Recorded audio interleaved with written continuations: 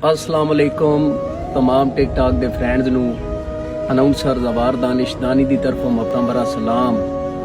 आज दी एक और बड़ी खूबसूरत वीडियो तमाम बिरावां दे पेश नज़र। अच्छा यार कुदरती तौर ते होंदा है कि जिस इंसान नाल बंदे नू ढेर ज्यादा मुहब्बत तक और अकीदत होवे ना वो बंदा मिलदा ही नहीं।